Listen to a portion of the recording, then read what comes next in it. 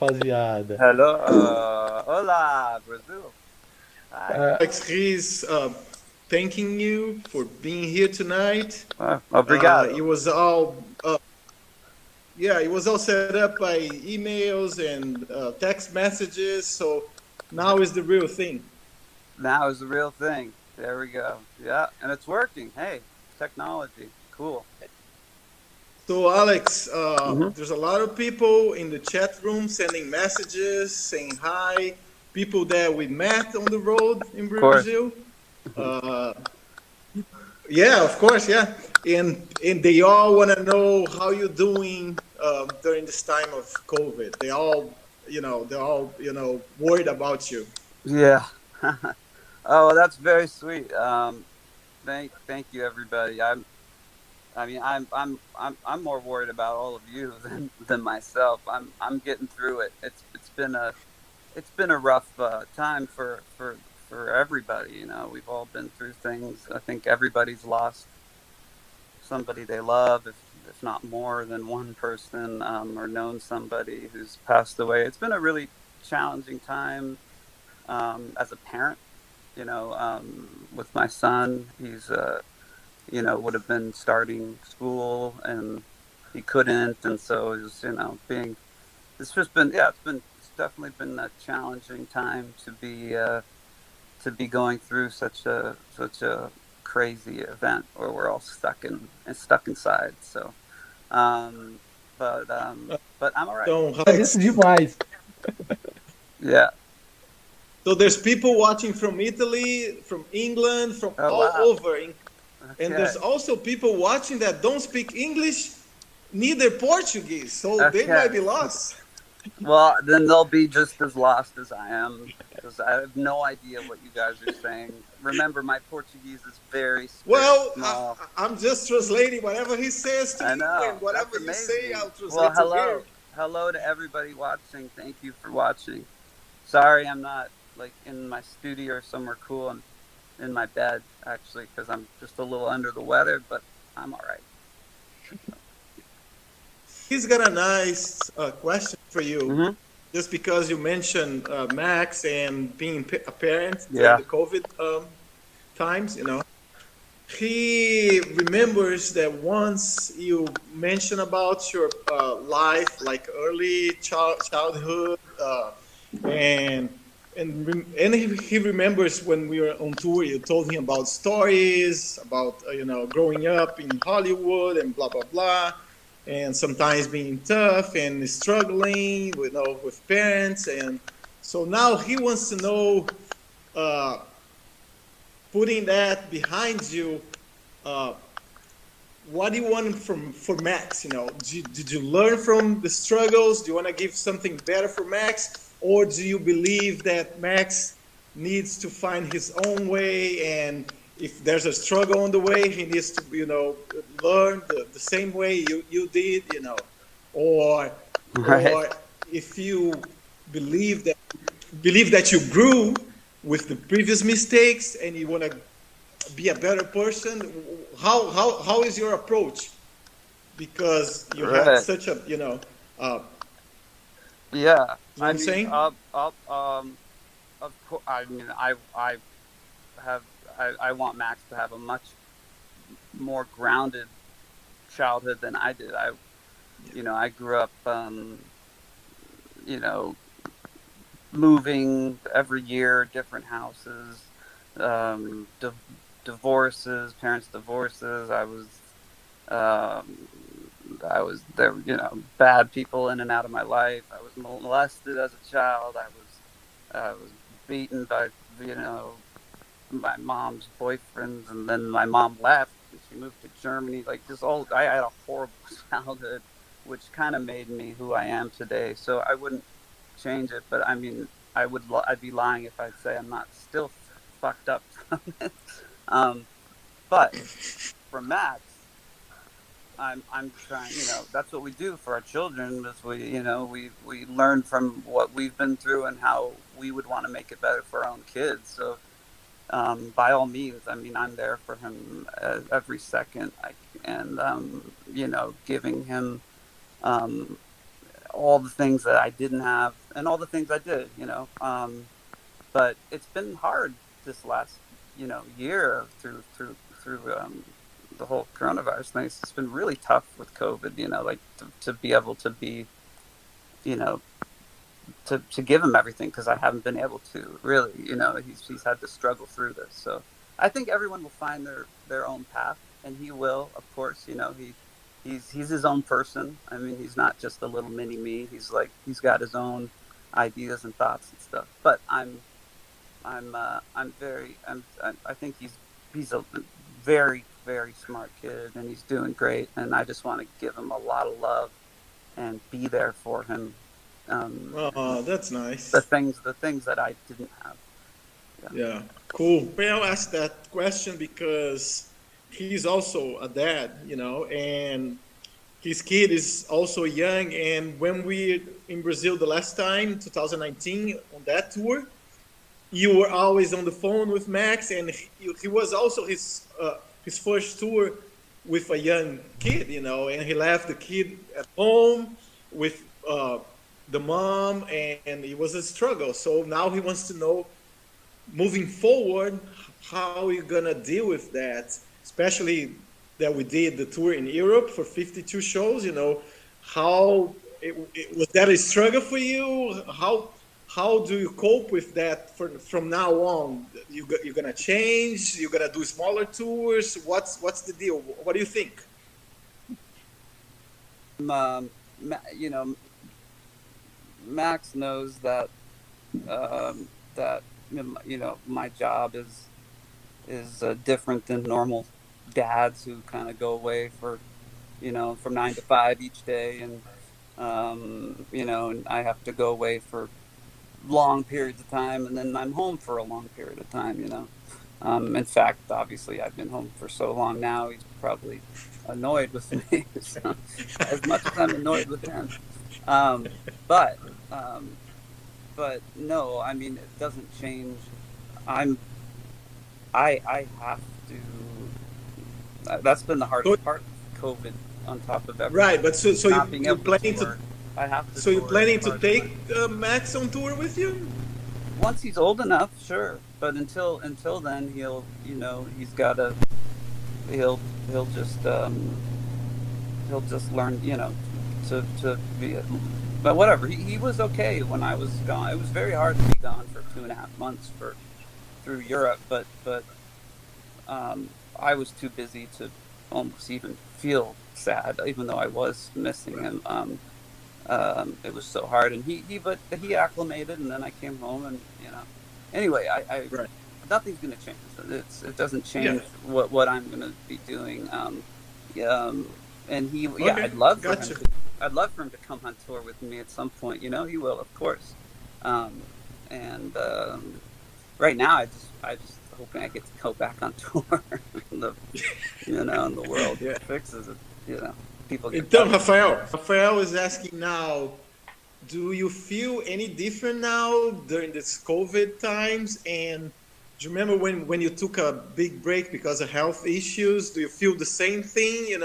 Now, oh, again, I won't be able to play because of now is the COVID. Before it was something else, and blah blah blah. Do you feel like, uh, you know, yeah? And what are your plans? Are you since you're not touring? Are you writing stuff? Are you recording? It, and when this reopens, are you coming back to Brazil? What's the deal? So yeah, I mean, well, obviously, great question. You know, um, I've had I've had so many things happen in my adult life that's kept me from doing what I love to do, which is tour and put out records. Whether it was record labels, being stuck with that. I mean, my first wife was dying for years. I was taking care of her. Then I had to quit. I went through. I had Parkinson's. I was sick forever. Then I got kidnapped. My whole jaw broken. I've had my teeth completely redone. I've had 3 jawbone implants. I've been through a lot of shit. So when COVID hit, you know, I've been through worse, honestly. Yeah, So yeah, no, yeah. I'm gonna pick up my stuff and I'm gonna go right back out and do what I do the second I can do it. And the whole time I've been home, I built a home studio, which is also a venue, and I've been working. But you probably maybe want to say all that before I keep going. I want to translate what I said so far. Oh, okay. If COVID wouldn't have happened, I think my new album would have already finally came out. But it delayed everything. So we are absolutely back on track to get things moving again. But the COVID thing has slowed me down. Absolutely, I've definitely struggled during this time. Personally, I always struggled with anxiety and issues I've had. So it's been really hard being stuck at home and stuff. I'm sure a lot of people can relate to that. So, but the best medicine for me and for my health and well-being is music, and to see my fans and my friends around the world that are watching right now, and being able to tour. So I'm doing everything I can to get music out there and to get back out there. So the first thing I'll be doing, that for sure is Brazil. happening. I wish it was Brazil. The first thing though is it'll be the 20th anniversary of the release of Camino Palmero on July 10th. This July 10th, and we're about to announce, or I guess I'm announcing it now, but we're going to be doing a live stream concert of the full Camino Palmero album from beginning to end, playing the record, which will also be a documentary that we're going to be making, filming it and stuff. So that'll come out. Nice. That'll be happening July 10th. So it'll be a very cool nice thing. So we're working on that very now. Nice. Travis, Júlia, a banda inteira vai the whole Travis, band, yeah. Joey, a full band show, multi-camera live stream show. Yeah. Wow, very nice, very nice. Então, since you mentioned the 20 years, how do you feel? Do you feel lucky that you've been playing for these guys for 20 years? That the song that was such a massive hit everywhere, worldwide, you know. How do you feel? Do you see the same people over and over again when you travel, and the fans are so loyal and they come back? And himself is saying that he learned to love the calling of the tour because when he was so young and he was not listening to that kind of music, but now he's also a fan, Rafael, because he's been working with you for like 4 or 5 years now. Yeah, well, yeah. And how do you feel? How do you feel about 20 years later you'll be able to play E novos the também. whole album all over again? To the fans are so loyal. How do you feel about it? I don't know how to put into words.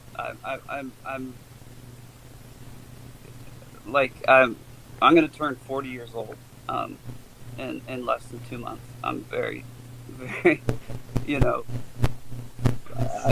torn whether I'm afraid of that or it's okay. But I think I'm more okay with it because what an amazing blessing.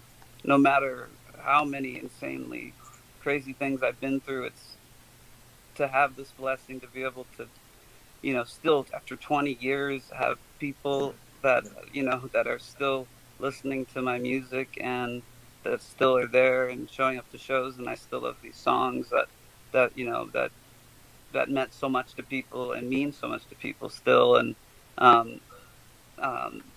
I'm really excited to add to that though and put new music out. It's something I've been trying to do for a long time, but it's incredible. I mean, it's an amazing thing. It's hard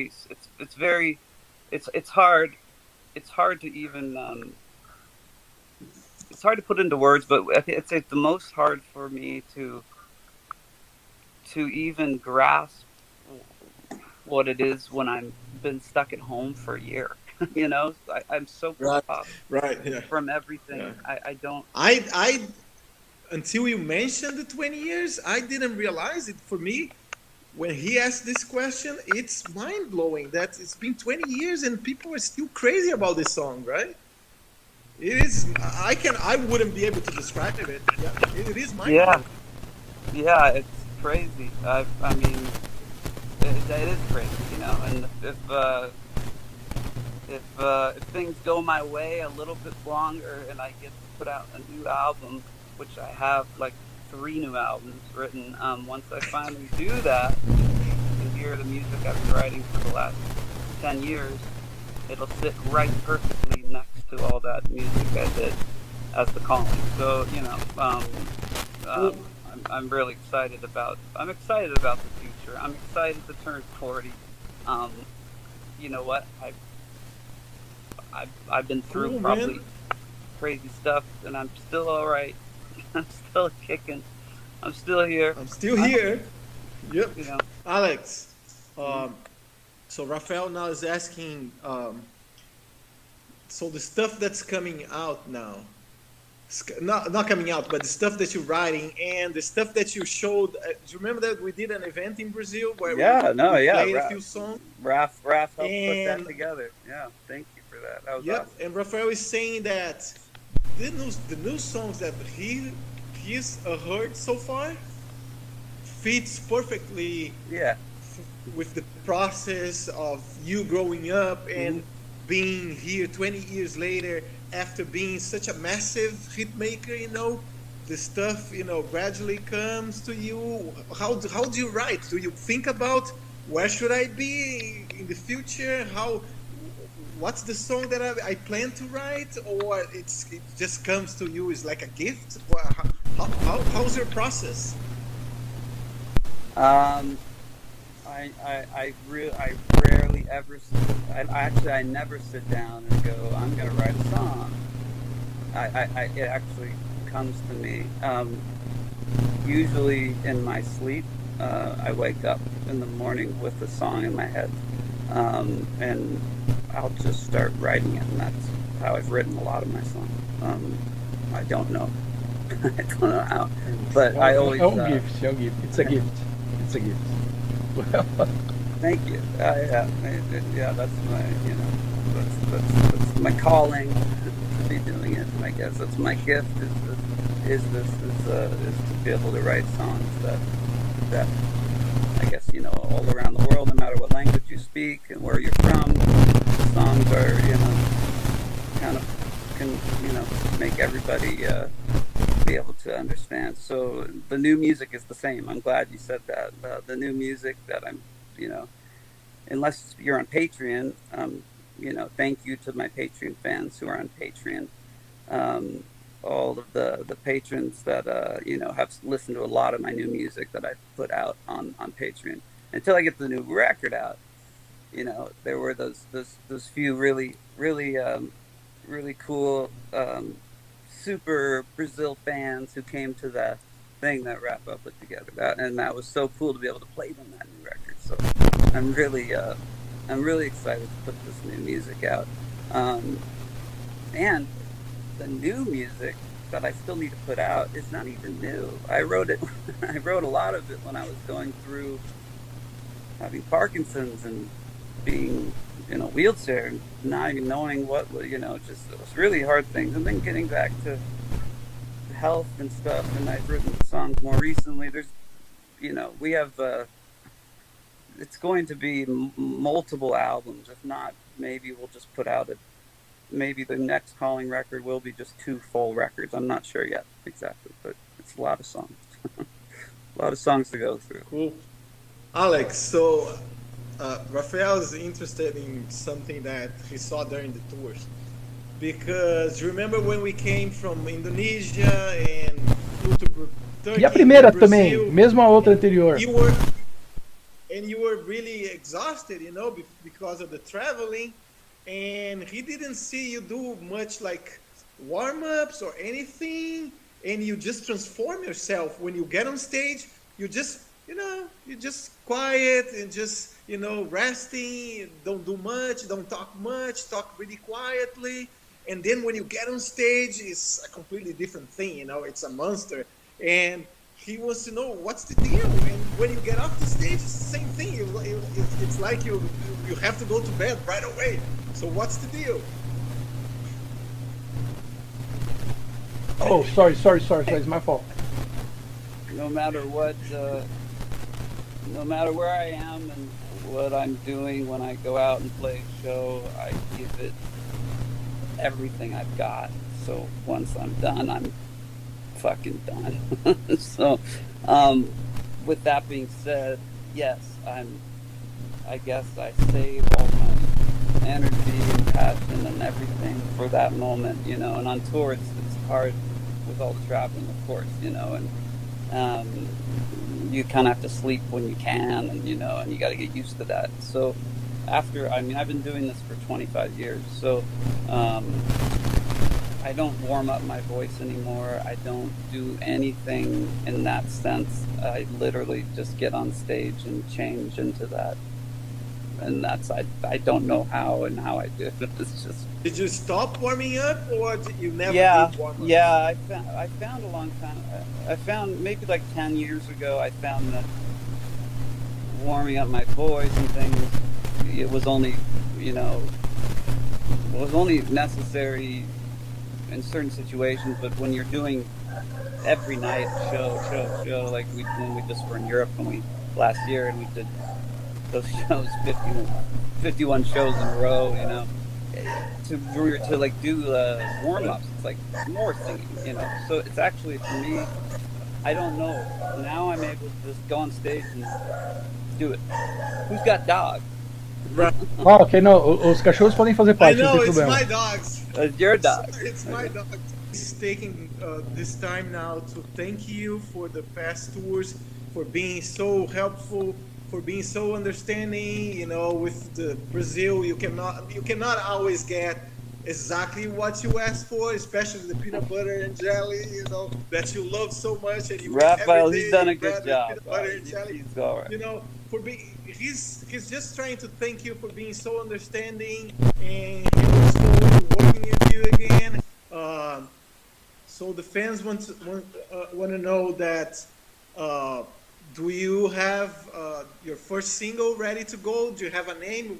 Do you know the song that you want to release first once this COVID is over?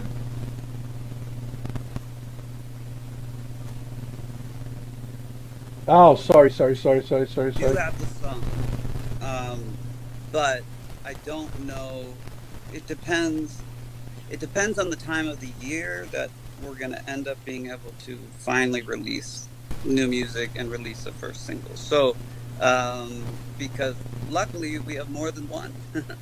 We have more than one song that's really strong. So, but yeah, I think I know which one we're going to be going with.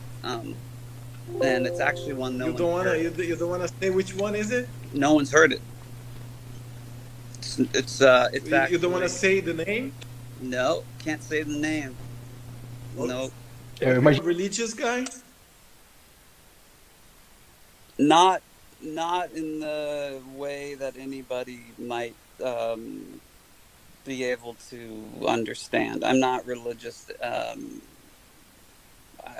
I don't believe in. No, no, I'm not religious. But however, would you say I do believe in God of some sort and something. But I'm actually, you know, a believer of science. So you don't have you don't follow a religion, but you are maybe like a spiritualized guy, you know? Yes, yeah, absolutely. Very spiritual, very open to all religions. I don't understand why there just can't be peace among religions. Like, why can't everyone just believe what they want to believe? It thinks it's, you know, it's the same issue as we've had forever. But anyway, I personally, I like to question certain things in religions, you know, in my songs sometimes. But I was raised very, very much not Jewish and not Christian, even though I was both. So I just had my own beliefs, and that works the best for me. Yeah, that's the one. The guy is asking about the tattoo. Okay, so there's a guy in the chat room that he did the same tattoo that you have. Yeah. So he wants to know the meaning. He's got the same tattoo as you, but he doesn't know the meaning. Well, I'm part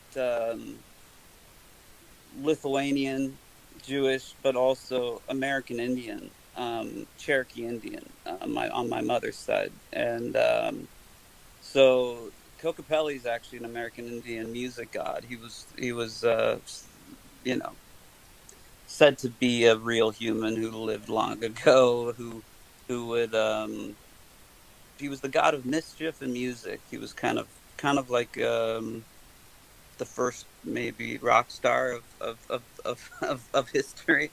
And anyway, that's kind of where that symbol came from. And I got that tattoo when I was just turned 13.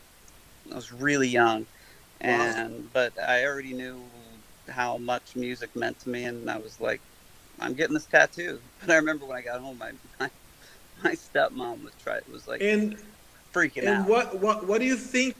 What do you think when people get the same tattoos that you have and just do the same one? What do you think about that?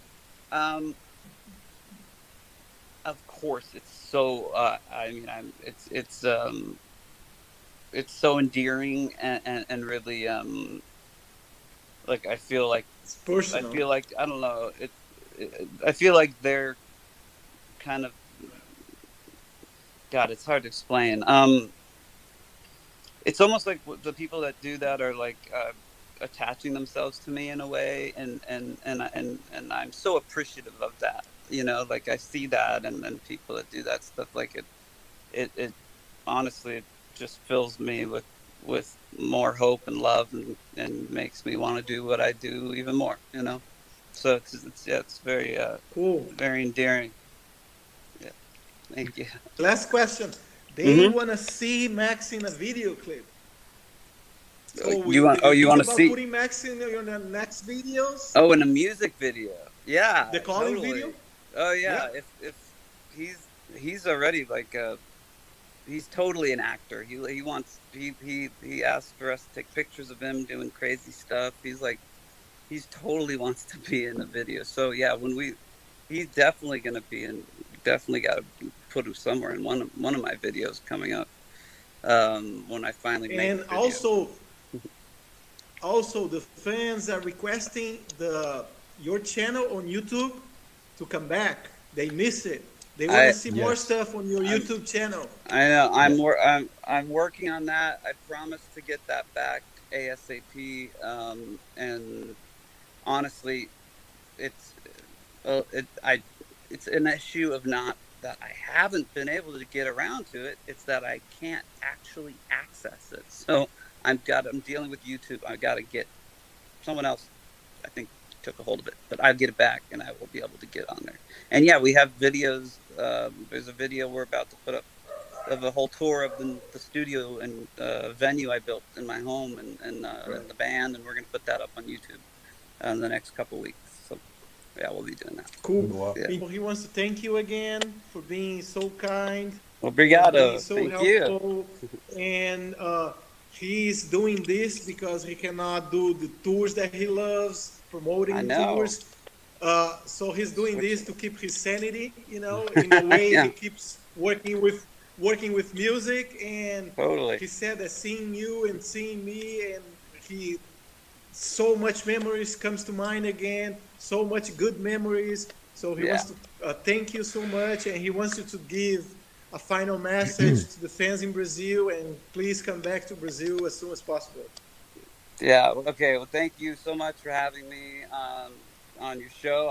I'm glad you're doing this, Raph. While the whole world is upside down right now, so it's cool. I'm glad you're doing this.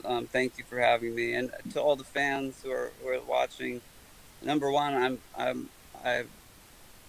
I'm so appreciative of all of you. I'm sorry to those of you who have been waiting so long for for me to put new music out or to do all kinds of different things. I'm working and doing the best I can, and there's lots of great stuff on the horizon, and I can't wait to get back on tour and play shows again. And you know, that's it.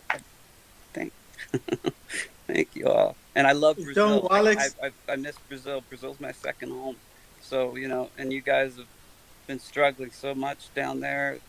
you know, as we have, but you know, I really feel for you. This whole last year, every time I see Brazil in the news, and you know, just how hard it was and is with COVID down there, it's just, you know, breaks my heart. So I really just send all my love to everybody there, and you know, everywhere. Ok, ok. Eu acho que todo mundo. Thank you again. See you soon. Thank you.